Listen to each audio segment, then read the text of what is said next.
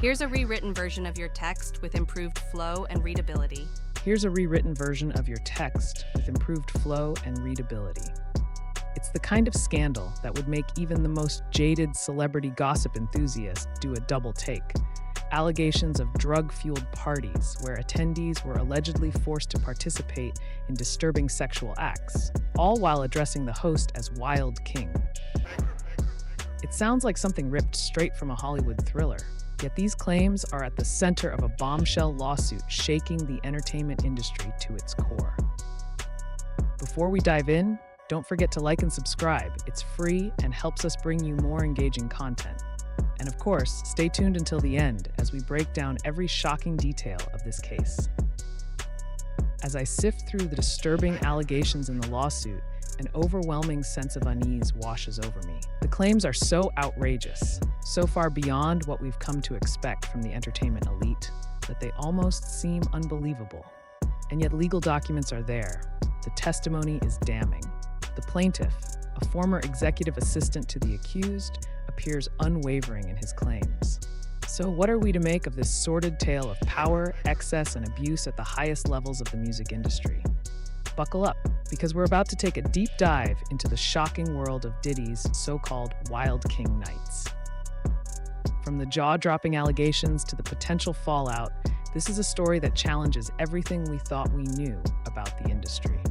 It all began with a lawsuit, a 32-page legal document filed in Los Angeles by Philip Pines, who claims he worked as Diddy's executive assistant from 2019 to 2021.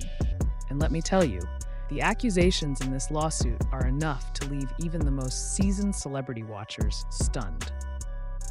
According to Pines, Diddy orchestrated a series of extravagant, drug-fueled parties, referring to them as Wild King events. Pines alleges that these gatherings were rife with disturbing behavior, where Diddy would force guests to engage in various sexual acts while addressing him as the Wild King. The lawsuit describes these nights in harrowing detail, painting a picture of excess beyond belief. Diddy reportedly demanded a continuous supply of drugs, sex toys, and alcohol to fuel his indulgences. And the most shocking part?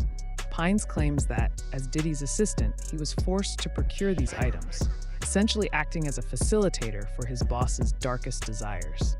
Diddy would demand that I get him drugs, sex toys, ice buckets, alcohol, Pines alleges in the lawsuit, detailing a world of power, exploitation, and unchecked excess.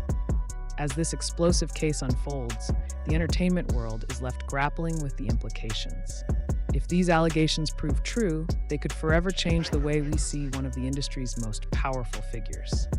Stay tuned for more updates on this developing scandal. This version keeps the gripping tone while making the writing smoother and more polished. Let me know if you'd like any further refinements and weed to fuel these Wild King night. Here's a polished and engaging rewrite of your text. The allegations are almost too shocking to comprehend. According to Philip Pines in his lawsuit, Diddy not only orchestrated these wild, drug-fueled parties, but allegedly forced participants to address him as the Wild King and serve him sexually for days at a time. The mind reels at the sheer audacity of these claims. To think that one of the most powerful and influential figures in the music industry could be entangled in such depraved, predatory behavior is beyond belief. And yet, time and time again, we've seen that the entertainment world is no stranger to scandal and excess. Perhaps we shouldn't be so quick to dismiss these allegations, especially when they come from a source as seemingly credible as a former executive assistant. As news of this lawsuit spreads like wildfire through the industry, the implications are staggering. If these accusations prove true, the fallout could be nothing short of catastrophic. First, there's Diddy's reputation and legacy to consider. As one of the most successful and influential figures in the music industry, he has built an empire on the foundation of sharp business acumen and a carefully curated public persona. But all of that could now come crashing down. Imagine the headlines.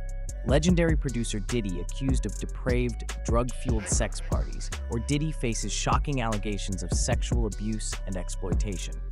It's the kind of scandal that can single-handedly destroy a career, and no doubt, Diddy and his team are scrambling to contain the damage. But this case doesn't just affect Diddy, it has the potential to rip the lid off an entire industry. If these allegations are true, it raises a disturbing question. How widespread is this kind of behavior? How many other powerful figures in music are engaging in similar acts of depravity and exploitation, hidden behind the glitz and glamour of celebrity? And then there are the legal consequences. If these accusations are substantiated, Diddy could be facing a litany of criminal charges, from drug possession to sexual assault and beyond. The potential ramifications for both his personal and professional life are enormous. Perhaps the most troubling aspect of this entire situation is what it could mean for the broader entertainment landscape. If these allegations hold weight, they could shatter public trust in the music industry, leaving fans and insiders alike feeling disillusioned and betrayed. The industry is supposed to be a place of creativity, self-expression, and joy, but when those in positions of power abuse their influence, it leaves a lasting stain, sowing seeds of cynicism and mistrust that may be difficult to erase. As I dig deeper into this sordid saga, I can't help but recall the eerie warning issued years ago by comedian Cat Williams.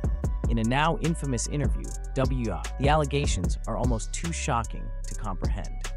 According to Philip Pines, in his lawsuit, Diddy not only orchestrated these wild, drug-fueled parties, but allegedly forced participants to address him as the Wild King and serve him sexually for days at a time.